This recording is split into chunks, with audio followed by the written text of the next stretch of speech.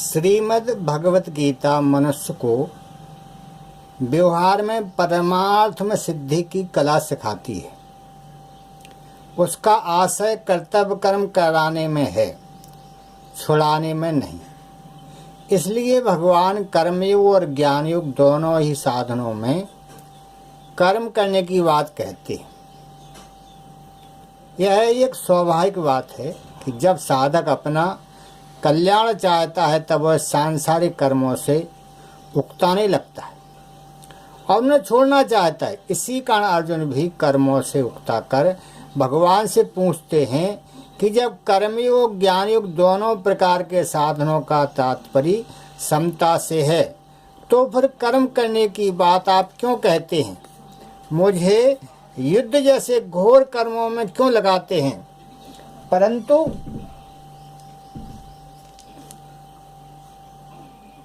भगवान ने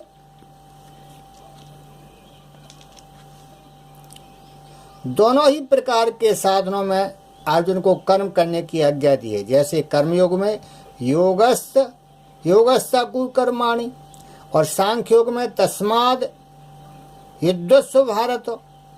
इससे सिद्ध होता है कि भगवान का अभिप्राय कर्मों को स्वरूप से छुड़ाने में नहीं, प्रत्युत कर्म कराने में है। हाँ, भगवान कर्मों में तो जहीला अंश है, कर्मों में जो जहीला अंश है, कामना ममता आसक्ति है, उसका त्याग करके ही कर्म करने की आज्ञा देते हैं।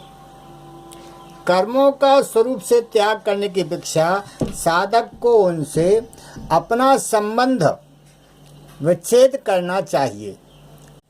कर्मयोगी निस्वार्थ भाव से कर्म करते हुए शरीर, इंद्रियां, मन, बुद्धि, पदार्थ आदि को संसार की वस्तु मानकर संसार की सेवा में लगाता है और कर्म तथा पदार्थों के साथ अपना कोई संबंध नहीं मानता है। अतएव ज्ञानयोगी ऐसा मानता है कि गुण ही गुणों में बरत रहे हैं, अर्थात शरीर, इंद्रियां, मन, बुद्धि आदि से ही कर्म हो रहे हैं। मेरा कर्मों के साथ किंचित मात्र भी संबंध नहीं है। प्रायः सभी साधकों के अनुभव की बात है कि कल्याण की उत्कट अभिलाषा जागृत होते ही कर्म, पदार्थ और व्यक्ति परिवार से उसकी अरुचि होने लगती है। परंतु वास्तव में देह के साथ घनिष्ठ संबंध होने से वह आराम विश्राम की इच्छा ही है जो साधक की उन्नति में बाधक है।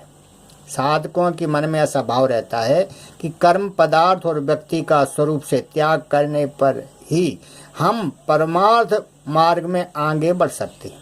परंतु वास्तव में इनका स्वरूप से त्याग करके इनमें आसक्ति का त्याग करना ही आवश्यक है। सांख्य योग में उत्कट वैराग्य के बिना आसक्ति का त्याग करना कठिन होता है, परंतु कर्मयोग में वैराग्य की कमी होने पर भी केवल दूसरों के लिए कर्म करने से आसक्ति का त्याग सुगमता पूर्वक हो जाता है। गीता ने एकांत में रहकर साधन करने का जो आदर किया है, परंतु एकांत में सात्विक पुरुष तो साधन भजन में अपना समय बिताता है, पर राजस पुरुष संकल्प विकल्प में, तामस पुरुष निद्रा, आलस, प्रमाद में अपना समय बिताता है, जो पतन करने वाला है। इसलिए साधक की रुचि तो एकांत की ही रहनी चाहिए, अर्थात सांसारिक कर्मों का त्याग करके परमार्थ कार्य करने में ही उसकी प्रवृत्ति रहनी चाहिए।